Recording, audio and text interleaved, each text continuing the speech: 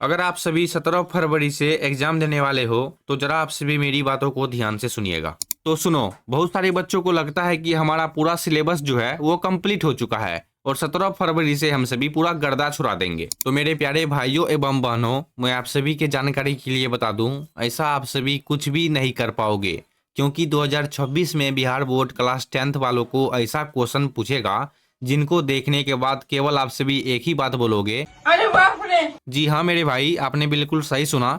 हर एक सब्जेक्ट में आपको हार्ड क्वेश्चन ही देखने के लिए मिलेगा, केवल हार्ड क्वेश्चन जिनको आप सभी शायद इनसे पहले कभी देखे भी नहीं होंगे। ठीक है, चाहे आप हिंदी में देख लो, चाहे मैथमेटिक्स में।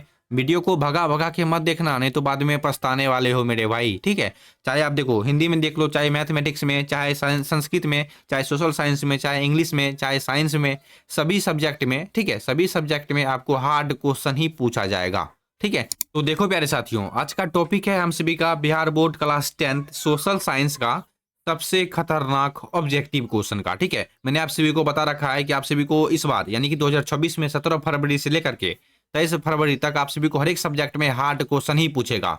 तो मैंने सोचा क्यों नहीं आप सभी को सोशल साइंस का कुछ ऐसे क्वेश्चन को दिखा दिया जाए जो कि 100%, ठीक है, जो कि 100% आप सभी का सोशल साइंस का एग्जाम कब है? आप सभी का सोशल साइंस का एग्जाम है 20 फरवरी 2026 को। ठीक है, तो मैंने सोचा क्यों नहीं 20 फरवरी 2026 के लिए सोशल साइंस का क्लास 10th वालों का ऐसा क्वेश्चन दिखा दिया जाए जिनको देख लेने के बाद सभी बच्चे बोले, अरे वाह मेरे भाई, आपने तो कमाल कर दिया। ठीक है, तो देखो आप सभी जरा ध्यान से सुनिएगा। ठीक है, आज के क्लास में मैं आप सभी को सोशल साइंस का सबसे खतरनाक ऑब्जेक्टिव क्वेश्चन दिखाऊंगा जो कि 20 फरवरी के लिए बहुत ही ज्यादा खास है। आप सभी एक एक करके क्वेश्चन को ध्यान से देख लो, याद कर लो, ये सभी क्वेश्चन 20 फरवरी के लिए ही बनाया गया है। ठीक है, आप सभी एक एक करके क्वेश्चन को ध्यान से देखो और अपने दोस्तों के पास क्लास को शेयर कर दो। ठीक है, तो चलिए हम सभी क्लास को शुरू करते हैं। आपको ध्यान से क्वेश्चन को देखना है। तो देखो प्यारे साथियों, आप सभी के पास केवल लगभग 2-3 दिन का समय है। 2-3 दिन में आप सभी जितना मेहनत कर सकते हो उतना मेहनत कर लो। ठीक है, आप सभी शायद सुने भी होंगे, जो जितना घिसता है वह उतना ही चमकता है ना। तो देखो, आप सभी के पास बहुत कम समय है, लेकिन मैं आप सभी को इतने समय में कुछ ऐसे क्वेश्चन को दिखा सकता हूं जो 100% चांस हो कि आप सभी को पूछ सकता है मेरे भाई। ठीक है, खैर छोड़ो, आगे आपकी मर्जी है। तो देखो, ये सभी क्वेश्चन 20 फरवरी के लिए इंपॉर्टेंट है, ध्यान से देख लो, नहीं तो बाद में पछताओगे आप सभी। ठीक है, देखो सबसे पहला, यंग यूरोप की स्थापना किसने की थी? बहुत ही इंपॉर्टेंट है मेरे भाई, अगर आपको मालूम है तो मेरे को कमेंट करके भी बताना। ठीक है, पानी पीने दो मेरे को, थोड़ा सा गला बैठ गया है मेरा। ठीक है, चलो बताओ कितने बच्चे को मालूम है इस क्वेश्चन का राइट आंसर। पहले प्रश्न को आपसे भी ध्यान से देखो। ठीक है, चलो, यंग यूरोप की स्थापना किसने की थी? तो आपसे भी याद रखिएगा, मेजनी। ऑप्शन नंबर बी होगा यहाँ पर सही आंसर। मेजनी का पूरा नाम शायद जियुसेपे मेजनी था। ठीक है, बहुत सारे बच्चे जानते भी होंगे और जो नहीं जानते हैं जरा ध्यान से सुन लेना। ठीक है, रिकॉर्डिंग क्लास है। ठीक है, रिकॉर्डिंग वीडियो है, लाइव क्लास तो नहीं है, आप सभी अच्छे से जानते हैं। यंग यूरोप, मेरे भाई क्वेश्चन को ध्यान से देखो, 20 फरवरी को यही सब क्वेश्चन मिलेगा आप सभी को। ठीक है, यंग यूरोप की स्थापना किसने की थी? तो मेजनी ने। ठीक है, और मेजनी का पूरा नाम क्या है? तो मेजनी का पूरा नाम है जियुसेपे मेजनी, है ना। तो आप सभी एक एक करके ध्यान से देख लो। अगर आप सभी चाहते हो कि सर सब्जेक्टिव क्वेश्चन भी मैं आप सभी को बता दूं तो मेरे भाई कमेंट कर देना। ठीक है, चलिए 2 नंबर में क्या क्वेश्चन है? भारत में किस राज्य की प्रति भारत में किस राज्य के प्रति व्यक्ति आय सर्वाधिक है? क्वेश्चन क्या कर रहा है? क्वेश्चन को पहले आपको ध्यान से पढ़ना पड़ेगा। भारत में किस राज्य की प्रति व्यक्ति आय सर्वाधिक है? पढ़े आप सभी क्वेश्चन को, फिर से पढ़ो। भारत में किस राज्य की प्रति व्यक्ति आय सर्वाधिक है? बिहार, पंजाब, हरियाणा या फिर गोवा? अब देखो, बहुत सारे बच्चे यहाँ पर गलती करते हैं, लेकिन मेरे भाई आपको नहीं करना है। ठीक है, बिहार में बहुत सारे बच्चे क्या गलती करते हैं? टिक मार देते हैं, जो कि गलत है। यहाँ पर होगा option number D, Goa. Bharat में किस राज्य की प्रति व्यक्ति आय सर्वाधिक है? तो ऑप्शन नंबर डी यहाँ पर सही आंसर है, गोवा होगा। ठीक है, 3 नंबर में, काली मृदा यानी कि मिट्टी, मृदा मतलब मिट्टी होता है, काली मृदा यानी कि मिट्टी का दूसरा नाम क्या है? बहुत ही इंपॉर्टेंट है, ये सभी क्वेश्चन बहुत ही इंपॉर्टेंट है। काली मृदा यानी कि मिट्टी का दूसरा नाम है रेगुर मृदा यानी कि रेगुर मिट्टी। ऑप्शन नंबर बी सही होगा, है ना, याद रखिएगा। 4 नंबर में, संजय गांधी जैविक उद्यान किस नगर में स्थित है? मेरे भाई क्वेश्चन को ध्यान से पढ़ो। संजय गांधी जैविक उद्यान किस नगर में स्थित है? राजगीर, बोधगया, बिहार शरीफ या फिर पटना? बताओ मेरे भाई। तो देखो, 4 का राइट आंसर आपसे भी याद रखेगा, पटना में है ना। संजय गांधी जैविक उद्यान किस नगर में स्थित है? तो पटना में है। संजय गांधी जैविक उद्यान किस नगर में स्थित है? तो पटना में है। 4 का सही जवाब है ऑप्शन नंबर डी। चलिए 5 नंबर में, निम्नलिखित में कौन प्राकृतिक आपदा है? प्राकृतिक तो शायद आपसे भी जानते भी होंगे, प्राकृतिक का मतलब होता है जो ऊपर वाला का देन है ना। जैसे पेड़ पौधा हवा ये सभी प्राकृतिक है। ये जो हम सभी मोबाइल में पढ़ रहे हैं, मैं लैपटॉप में पढ़ाता हूँ, तो ये सभी मानव निर्मित है ना। और यहाँ पर क्वेश्चन है निम्नलिखित में कौन प्राकृतिक आपदा है? आपदा बताओ। तो ऑप्शन नंबर बी होगा भूकंप है। ठीक है, भूकंप को क्या हमने बनाया है, कोई साइंटिस्ट ने? नहीं, ये प्रकृति का देन है। निम्नलिखित में कौन प्राकृतिक आपदा है? तो ऑप्शन नंबर सी सही आंसर है। ठीक है, चलिए अगला क्वेश्चन देखें हम सभी।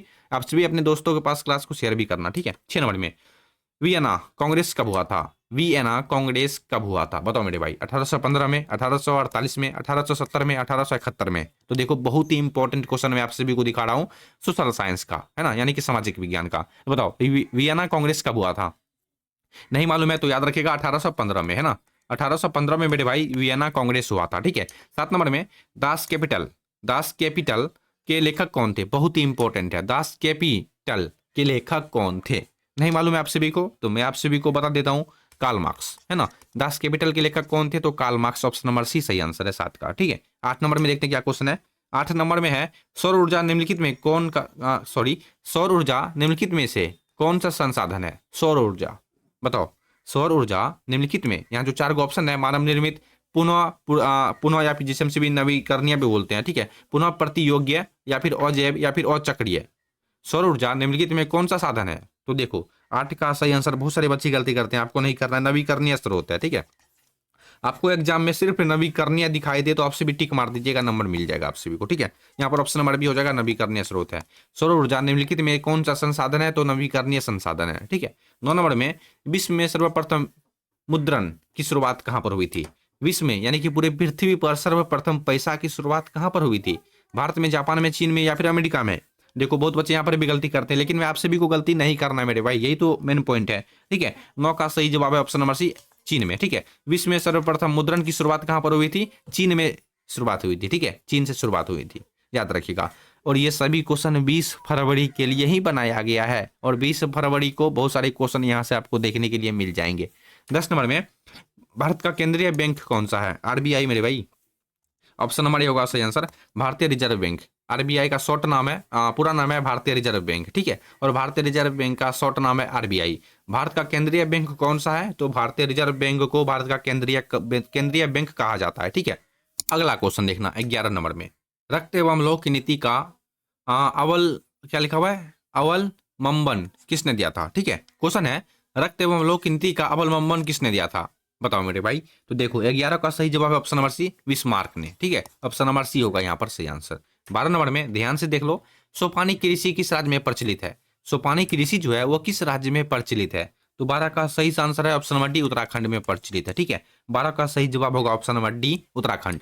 13 टाटा आयरन एवं स्टील कंपनी, ठीक है, की स्थापना कब हुई थी? टाटा आयरन एवं स्टील कंपनी की स्थापना कब हुई थी? तो 1907 में, है ना, 1907 में हुई थी, यानी कि option number be perfect answer है। ठीक है, 13 का सही आंसर ऑप्शन नंबर बी होगा। ठीक है, 14 नंबर में सूचना का अधिकार, जिसे हम सभी शॉर्ट में आरटीआई के नाम से जानते हैं। ठीक है, आर यहाँ देखो मैं लिख देता हूँ, आप सभी को समझ में आ जाएगा, आरटीआई। ठीक है, जिसको हम सभी शॉर्ट में जानते हैं। सूचना का अधिकार कानून कब लागू हुआ था? बताओ मेरे भाई, सूचना का अधिकार कानून जो है वो कब लागू हुआ था? याद रखिएगा, जितने बच्चे को नहीं मालूम है, 2005 में लागू हुआ था। ठीक है, चलिए ऑप्शन नंबर बी सही आंसर है। 15 मरुस्थलीय मृदा का विस्तार निम्न में से कहां पर है? मरुस्थलीय मृदा का विस्तार जो है निम्न में से कहां पर है? उत्तर प्रदेश, राजस्थान, कर्नाटक या फिर महाराष्ट्र?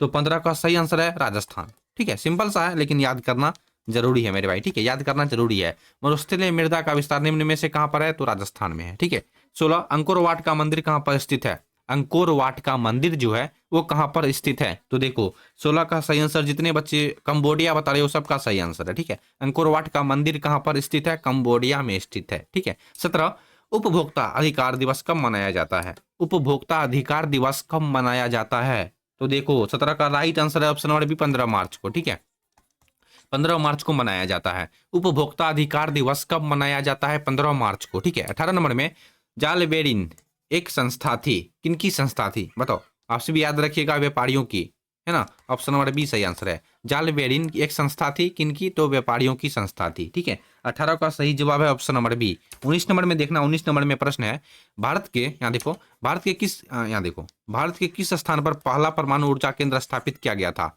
भारत का ऐसा कौन सा स्थान है जहां पर पहला परमाणु ऊर्जा केंद्र स्थापित किया गया था? तारापुर में, है ना, ऑप्शन नंबर डी सही आंसर है। 19 का सही जवाब ऑप्शन नंबर डी होगा। ठीक है, अब देखना 20 नंबर में, बिहार में पंचायती राज्य संस्थाओं में महिलाओं के लिए कितनी सीटें आरक्षित है। हमारे बिहार में पंचायती राज संस्थाओं में महिलाओं के लिए कितनी सीटें आरक्षित है, तो 50%। ठीक है, ऑप्शन नंबर सी, 50% मेल के लिए, 50% फीमेल के लिए। ठीक है, 20 का सही जवाब होगा ऑप्शन नंबर सी। ठीक है, याद रखिएगा। चलिए अगला क्वेश्चन देखते हैं हमसे 21 नंबर में, रूस में जार का अर्थ क्या होता है। रूस में जार का अर्थ क्या होता है, नहीं मालूम है, आपसे भी याद रखिएगा। ठीक है, रूस का सम्राट होता है। ठीक है, ऑप्शन नंबर डी यहाँ पर सही आंसर है। रूस में जार का अर्थ क्या होता है, रूस का सम्राट। ठीक है, अब बहुत बच्चे क्या गलती करते हैं, पानी रखने का मिट्टी का पात्र में टिक मारते हैं। ठीक है, गलत हो जाएगा। ठीक है, ऑप्शन नंबर डी सही आंसर है। 22 नंबर में, सुनामी कहाँ आती है। सुनामी कहाँ आती है, स्थल पर, समुद्र में, आसमान में या फिर पर्वत पर, बताओ मेरे भाई। 22 का सही जवाब है समुद्र में आती है। ठीक है, शायद आपसे भी फिल्म में देखे होंगे। ठीक है, जिनको हमसे VFX बोलते हैं। सुनामी कहाँ पर आती है, सुनामी समुद्र में आती है। ठीक है, फिल्म में भी रियल थोड़ो सुनामी आता है, उनको VFX के द्वारा दिखाया जाता है। ठीक है, 23 नंबर में, भारत का कान्हा राष्ट्रीय पार्क कहाँ पर स्थित है। भारत का कान्हा राष्ट्रीय पार्क जो है वह कहाँ पर स्थित है। ठीक है, बताओ पार्क कहाँ, सॉरी क्वेश्चन थोड़ा सा अलग है। ठीक है, मैं थोड़ा सा गलती बोल दिया मैंने। भारत का कान्हा राष्ट्रीय पार्क किसके लिए प्रसिद्ध है, यही क्वेश्चन है। भारत का कान्हा एक राष्ट्रीय पार्क है, जो आपको ये बताना है कि किसके लिए प्रसिद्ध है, शेर के लिए, बाघ के लिए, हाथी के लिए या फिर हिरण के लिए। ठीक है, तो देखो 23 का सिंपल सा आंसर है ऑप्शन नंबर बी, बाघ के लिए। ठीक है, भारत का राष्ट्रीय कान्हा पार्क किसके लिए प्रसिद्ध है, बाघ के लिए प्रसिद्ध है। ठीक है, 24 नंबर में, आर्थिक विकास का तीसरा क्षेत्र क्या है।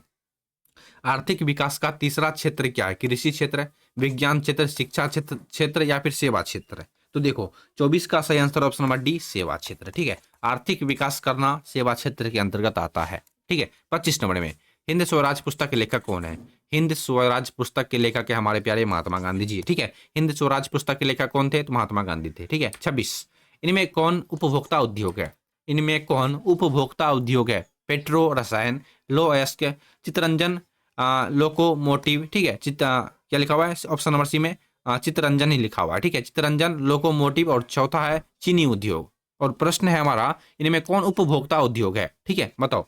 26 का सही आंसर ऑप्शन नंबर डी, चीनी उद्योग। ठीक है, option number D right answer है। अब आपके मन में एक क्वेश्चन होगा, ये उपभोक्ता का मतलब होता है क्या मेरे भाई, तो मैं आप सभी को बता देता हूँ। उपभोक्ता का मतलब होता है मेरे भाई, जिनका हम सभी रोजाना उपयोग करते हैं, जैसे बिस्कुट हो गया, ये भी उपभोक्ता के अंतर्गत नहीं आएगा। समझ गए होंगे आप सभी, जिनका हम सभी रोजाना उपयोग करते हैं ना, वही होता है उपभोक्ता उद्योग। जिनका मानव रोजाना प्रयोग करता है वही होता है उपभोक्ता उद्योग, एकदम सरल भाषा में। ठीक है, चलिए 26 का सही आंसर है ऑप्शन नंबर डी, चीनी। तो चीनी आपसे भी जानते हो, हम सभी कोई भी चीज अगर मीठा चीज खाते हैं तो उसमें चीनी का उपयोग होता है, और हमसे भी चाय पीते हैं उसमें भी चीनी का उपयोग होता है। तो जाहिर सी बात है ऑप्शन नंबर डी होगा, चीनी उद्योग। ठीक है, चलिए अगला, गदर पार्टी की स्थापना किसने और कब की थी। प्रश्न है, गदर पार्टी की स्थापना किसने और कब की थी। आपसे भी क्या याद रखोगे मेरे भाई, मालूम है तो बताओ मेरे को, गदर पार्टी की स्थापना कब और किसने की थी। तो देखो 27 का सही आंसर है, 27 का सही आंसर होगा ऑप्शन नंबर सी, लाला हरदयाल। ठीक है, हरदयाल 1913 में, 1913 मतलब गदर पार्टी की स्थापना 1913 में की गई थी, और किसके द्वारा, तो लाला हरदयाल के द्वारा। ठीक है, चलिए 27 का सही आंसर ऑप्शन नंबर सी होगा। 28 नंबर में, संघ सरकार का उदाहरण क्या है। संघ सरकार का उदाहरण क्या है, तो 28 का सही आंसर ऑप्शन नंबर अमेरिका। ठीक है, संघ सरकार का उदाहरण है अमेरिका। ठीक है, 29, कोसी नदी में बाढ़ आने का प्रमुख कारण क्या है, तो अधिक वर्षा, ये भी सही आंसर है। हिमालय की बर्फ पिघलना, ये भी सही होगा। नदी में गाद जमना। ठीक है, यानी गाद मतलब हो गया, ऐसे समझो आपसे भी जो कूड़ा की तरह फेंकते हैं ना, ढेर हो जाएगा तो जाहिर सी बात है पानी उफान मारेगा। ठीक है, तो यहाँ पर ऑप्शन नंबर डी होगा सही आंसर। ठीक है, कोसी नदी में बाढ़ आने का मुख्य कारण इनमें से सही है। ठीक है, इनमें से सभी हो जाएगा सही आंसर। ठीक है, और 30 नंबर में, वैश्वीकरण के मुख्य अंग कितने हैं। अब देखो यहाँ पर बहुत सारे बच्चे और बहुत सारे टीचर भी गलती करते हैं। ठीक है, स्टूडेंट एंड टीचर दोनों गलती करते हैं, लेकिन आपको नहीं करना है। ठीक है, देखो मैं भी गलती कर सकता हूँ लेकिन मैं नहीं करूंगा। 2026 ने इनको, ठीक है, ये जो क्वेश्चन है 2026 में, मान लो ये क्वेश्चन आप सभी को पूछ लेगा, सोशल साइंस का एग्जाम आप सभी को 20 फरवरी को है। ठीक है, तो देखो अगर मान लो ये क्वेश्चन पूछ लेगा कि वैश्वीकरण के मुख्य कितने अंग है, तो जानते हो ये क्वेश्चन का राइट आंसर किनको माना जाएगा। इस क्वेश्चन का right answer option number C, यानी कि 5 को माना जाएगा। ठीक है, अगर आपसे भी जानना चाहते हो कौन कौन सब, आप सभी मेरे को इंस्टाग्राम पे पूछ लेना, लिंक आपको इंस्टाग्राम का डिस्क्रिप्शन में मिल जाएगा। अब कैसे पूछना है ये तो आप सभी अच्छे से जानते हो। ठीक है, 31 नंबर में, वियतनाम में तोकिन फ्री स्कूल की स्थापना कब हुई थी। वियतनाम में प्यारे बच्चों, ठीक है, वियतनाम में टोकिन फ्री स्कूल की स्थापना कब हुई थी? तो देखो ऑप्शन नंबर ए 1907 में हुई थी। कब हुई थी? 1907 में, याद रखना, ठीक है। 32, सर्वोत्तम कोयले का प्रकार कौन सा है? सर्वोत्तम, एंथ्रासाइट, पीट, लिग्नाइट, बिटुमिनस, बताओ। तो यहाँ पर ऑप्शन नंबर ए होगा एंथ्रासाइट, ठीक है। सर्वोत्तम कोयला का प्रकार कौन सा? एंथ्रासाइट है, ठीक है। 33, गिरमिटिया, ठीक है, गिरमिटिया किसे कहा जाता है? बहुत सारे नहीं जानते हैं और बहुत सारे बच्चे को हंसी भी लगेगा, ठीक है। गिरमिटिया किसे कहा जाता है? रोगियों को, छिपकली को, अंग्रेजों को, अनुबंधित मजदूरों को? तो जी हाँ, ऑप्शन नंबर ए अनुबंधित मजदूर को, ठीक है। गिरमिटिया किसे कहा जाता है? तो ऑप्शन नंबर ए सही आंसर है। 100% यही सब क्वेश्चन पूछेगा, याद कर लो, ठीक है। 34, लोकतंत्र का प्राण किसे कहा जाता है? लोकतंत्र का प्राण जो है किसे कहा जाता है? तो 34 का सही आंसर ऑप्शन नंबर डी होगा, राजनीतिक दल को, है ना। लोकतंत्र का प्राण किसे कहा जाता है? राजनीतिक दल को कहा जाता है। 35 नंबर में, बिहार में सर्वाधिक आबादी वाला जिला कौन सा है? बिहार में सर्वाधिक आबादी कहां पर आपको देखने के लिए मिलेगा? बिहार का ऐसा कौन सा जिला है जहां पर सबसे ज्यादा आबादी आपको देखने के लिए मिल जाएगा? आप सभी किस जिले से बिलोंग करते हो ये मेरे को कमेंट करके बता देना, ठीक है। मैं अपना डिस्ट्रिक्ट का नाम बताऊं तो अररिया पड़ता है, ठीक है, याद रखिएगा। बिहार में सर्वाधिक आबादी वाला जिला कौन सा? और कितने बच्चे अररिया डिस्ट्रिक्ट से हैं मेरे को ये भी कमेंट करके जरूर बताना, ठीक है। तो देखो 35 का सही answer option number C, Patna, ठीक है, याद रखिएगा। पटना में सबसे ज्यादा आबादी आपको देखने के लिए मिलेगा, ठीक है। 36, वाणिज्यिक बैंकों का राष्ट्रीयकरण कब हुआ था? वाणिज्यिक बैंकों का राष्ट्रीयकरण जो है वो कब हुआ था? तो 36 का सही आंसर ऑप्शन नंबर बी होगा, 1969 में, ठीक है। 37, वर्नाक्यूलर, ठीक है, वर्नाक्यूलर प्रेस एक्ट कब पारित किया गया? तो 37 का सही आंसर ऑप्शन नंबर सी, 1800 कब? 78 में, ठीक है। यहाँ देखो ऑप्शन नंबर सी होगा राइट आंसर, ठीक है, 1878 में वार्नाक्यूलर, ठीक है, वार्नाक्यूलर प्रेस एक्ट कब पारित किया गया? 1878 में, ठीक है। 38, सुनामी का मुख्य कारण क्या है? सुनामी का मुख्य कारण क्या है? समुद्र में भूकंप आना, स्थलीय क्षेत्रों पर भूकंप आना, द्वीप पर भूकंप आना, या फिर इनमें से कोई नहीं? और कितने बच्चे इस क्वेश्चन का सही आंसर कमेंट कर सकते हो? तो देखो नहीं मालूम है तो याद रखना, समुद्र में भूकंप आना, ठीक है, ऑप्शन नंबर ए सही होगा। सुनामी का मुख्य कारण यही है, ठीक है, यानी कि मुख्य कारण यानी कि प्रमुख कारण। अगला क्वेश्चन, विश्व व्यापार संगठन की स्थापना कब हुई थी? ये जो क्वेश्चन है 12th क्लास में भी हिस्ट्री में पूछता है, ठीक है, सॉरी हिस्ट्री में नहीं, पॉलिटिकल साइंस का ये क्वेश्चन है। विश्व व्यापार संगठन की स्थापना कब हुई थी? तो देखो 39 का सही आंसर होगा, 39 का राइट आंसर मेरे भाई, आपसे भी याद रखेगा 1995 में, ठीक है, 1995 में विश्व व्यापार संगठन की स्थापना कब हुई थी? 1995 में हुई थी, ऑप्शन नंबर सी होगा सही आंसर। 40, बिहार का सबसे बड़ा नगर कौन सा है? बिहार का सबसे बड़ा नगर पटना, गया, भागलपुर, दरभंगा, बताओ। 40 का सही आंसर, जितने बच्चे ऑप्शन नंबर ए बता रहे हो सबका राइट आंसर है पटना। बिहार का सबसे बड़ा नगर और सबसे घनी आबादी वाला जिला है, ठीक है, पटना। अब देखो ब्रेस्ट लिटोवस्क की संधि किन देशों के बीच हुई थी? क्वेश्चन है ब्रेस्ट लिटोवस्क की संधि किन दो देशों के बीच हुई थी? तो याद रखना, रूस और इटली के बीच, या फिर रूस और फ्रांस के बीच, रूस और इंग्लैंड के बीच, या फिर रूस और जर्मनी के बीच। मालूम है तो कमेंट भी कर देना, मैं देख लूंगा, ठीक है। तो यहाँ पर देखो जिनको मालूम नहीं है ऑप्शन नंबर डी सही आंसर होगा, रूस और जर्मनी के बीच, ठीक है। 42, भारत में योजना आयोग का गठन कब किया गया था?